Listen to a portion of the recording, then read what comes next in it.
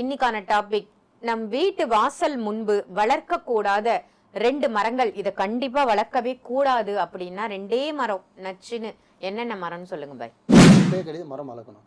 அதில் என்னென்ன மரம் எங்கே வளர்க்கணும் பார்த்தீங்கன்னா, இப்போ நீங்கள் கார்டன் வச்சுருக்கீங்க, கெஸ்ட் ஹவுஸ் வச்சுருக்கீங்க, நல்லா ஏக்கர் கணக்கில் இருக்குது அப்படின்னா நீங்கள் தாராளமாக சரி தாரத்துக்கும் சரி பார்த்தீங்கன்னா கர்ப்பப்பை சம்மந்தப்பட்ட விஷயம் பிரச்சனை ஆகும். ரெண்டாவது கரு தங்காமல் தள்ளி போகிறது, கரு நிற்காமல் போகிறது, கரு கலையிறதுக்கான பிரச்சனை. தடவை கார்டன் இருந்தால் பின்னாடி வச்சுக்கோங்க, கொஞ்சம் தள்ளி கூட வச்சுக்கோங்க. வீட்டு வாசலில் ஷோக்கோ இல்லை ஆல்ரெடி இருக்குது, அது தகுந்த மாதிரியா நான் பழைய வீடு வாங்கினேன் பை, அந்த வீட்டில் இருக்குண்ணா பை, என்ன பண்ணணும்னா அடியோடு வெட்டி எடுத்துருங்க.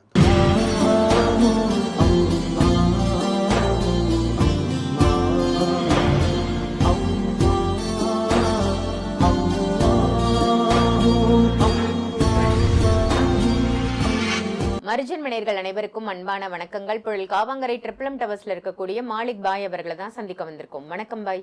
வணக்கம்மா பாய். இன்னைக்கான டாபிக் நம் வீட்டு வாசல் முன்பு வளர்க்க கூடாத 2 மரங்கள். இத கண்டிப்பா வளர்க்கவே கூடாது அப்படின்னா 2 மரம் நச்சுன்னு என்னென்ன மரம்னு சொல்லுங்க பாய்.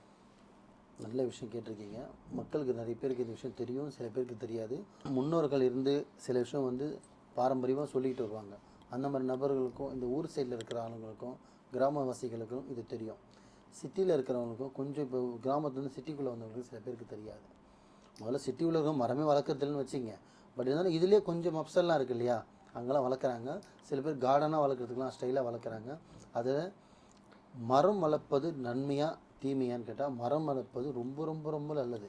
எப்படி ஒரு ஜீவராசி வாங்கி குட்டியாக நாய்க்குட்டி வாங்கி வளர்க்குறோமோ எப்படி அதில் புண்ணியம் செய்கிறோம்.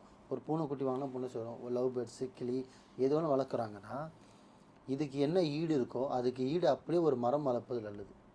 இது பசிக்குது கேட்டு வாங்கும், ஆனால் அது வாடி போகும் பசியில். ஸோ அந்த தண்ணி ஊற்றுறது அதுக்கு ஒரு உணவு செலுத்துறதுக்கு சமம்.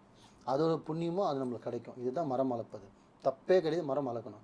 அதில் என்னென்ன மரம் எங்கே வளர்க்கணும் பார்த்தீங்கன்னா, இப்போ நீங்கள் கார்டன் வச்சுருக்கீங்க, கெஸ்ட் ஹவுஸ் வச்சுருக்கீங்க, நல்லா ஏக்கர் கணக்கில் இருக்குது அப்படின்னா நீங்கள் தாராளமாக வளர்த்துக்கலாம், தப்பே கிடையாது. இல்லை பை நான் ஒரு பங்களா வீடு மாதிரி கட்டியிருக்கேன், இல்லை வீட்டில் ஒரு மாடர்னாக கட்டியிருக்கேன், ஃப்ரண்ட்டில் கொஞ்சம் தான் இடம் இருக்குன்னா அந்த இடத்துல இந்த 2 மரம் தயவு செஞ்சு வளர்க்காதீங்க. அப்படி வாசலில் இருந்தால் அதை அடியோடு வேரோடு எடுத்துகிட்டு தரமட்டமாக்கி பூசிடுங்க. வாழ்க்கையில் நல்லா இருப்பீங்க. அது என்ன மரம் வளர்க்கக்கூடாதுன்னா, முதல் மரம் பனை மரம்னு சொல்லுவாங்க. பனை மரம் தெரியும் இல்லையா, பனை மரம் ஏன் வளர்க்கக்கூடாது அப்படின்னு ஒரு கேள்வி கேட்டிங்கன்னா, வீட்டில் இருக்கிற பெண்களுக்கு அது தாய்க்கோ சரி தாரத்துக்கோ சரி பார்த்திங்கன்னா கர்ப்பப்பை சம்மந்தப்பட்ட விஷயம் பிரச்சனை ஆகும். ரெண்டாவது கரு தங்காமல் தள்ளி போகிறது, கரு நிற்காமல் போகிறது, கரு கலையிறதுக்கான பிரச்சனை வரும். 2 மூணாவது ஒரு விஷயம் பார்த்திங்கன்னா, கர்ப்பப்பை சம்மந்தப்பட்டது இந்த பீரியட் ஆகிட்டே இருக்கிறது, பிளட் நிற்காமல் போகிறது பிரச்சனை வரும். ஸோ பெண்களுக்கு மெயினாக அந்த வயிறு சம்மந்தப்பட்ட பிரச்சனை. பனை மரம் வீட்டில் வளர்த்தா அதுவும் முன் வாசலில், பின் வாசல்லையோ கொல்லப்புறத்துலையோ தோட்டத்துலேயோ சொல்லலை, அங்கெல்லாம் தாராளமாக வளர்க்கலாம். நான் சொன்னது முன் தெய்வம் வர வழியில், நம்மளுக்கு முன்னாடிக்கு வர வழியில் பார்த்திங்கன்னா பனை மரம் வளர்த்தோன்னா இந்த பிரச்சனை அந்த வீட்டில் வந்தே தீரும். வேணா இருக்கிறவங்க கமெண்ட் பண்ணுங்கள், ஓகேங்களா? இருக்குது, என் வீட்டில் இருக்குது பை, ஆனால் எனக்கு ஒன்றும் ஆகலைன்னா உங்களுக்கான கூட உங்களை சார்ந்தவங்களுக்கு ஆகியே தீரும் பிரச்சனை. 1. 2வது என்ன மரம்னு கேட்டிங்கன்னா இலந்த மரம். இப்போ இலந்த மரம் அப்படின்றது பார்த்திங்கன்னா, நல்ல பழம் சாப்பிட்றதுக்கு தேன் மாதிரி இருக்கும், சாப்பிட்லாம், அது ஸ்வீட்டாக இருக்கும், எல்லாமே ஓகே. ஆனால் எவ்வளோ அதில் நன்மை இருக்கோ அவ்வளோ தீமையும் இருக்கும். ஏன்னா லாஸ்ட் வீடியோ கூட சொல்லியிருந்தேன், முள்ளு செடி ஃப்ரண்ட்டில் வைக்கக்கூடாது. இப்போ ரோஜா செடி முள்ளு செடின்றது வேறு, எலுமிச்சக்காயில் முள் வர்றது வேறு, புரியுதுங்களா? ஆனால் இதில் வர்ற முள் வேறு. இலந்த பழத்தில் வர முள் வைக்கலாமா வைக்கக்கூடாதுன்னா வீட்டுக்கு முன்பகுதியில் வைக்கக்கூடாது. தோட்டம் தெருவு கார்டன் இருந்தால் பின்னாடி வச்சுக்கோங்க, கொஞ்சம் தள்ளி கூட வச்சுக்கோங்க. வீட்டு வாசலில் ஷோக்கோ இல்லை ஆல்ரெடி இருக்குது, அது தகுந்த மாதிரியா நான் பழைய வீடு வாங்கினேன் பை, அந்த வீட்டில் இருக்குண்ணா பை, என்ன பண்ணணும்னா அடியோடு வெட்டி எடுத்துருங்க, தப்பே இல்லை. எல்லாம் உங்களை அடியோடு அதை எடுத்துரும். ஸோ இலந்த மரம் வளர்ப்பது மிக மிக தவறு. சாப்பிட்றதுக்கு எவ்வளோ டேஸ்ட்டாக இருக்கும் அவ்வளோ அதில் ஆபத்து அதிகம். ஸோ பனை மரம் இலந்த மரம் இது 2மே வளர்க்காதீங்க.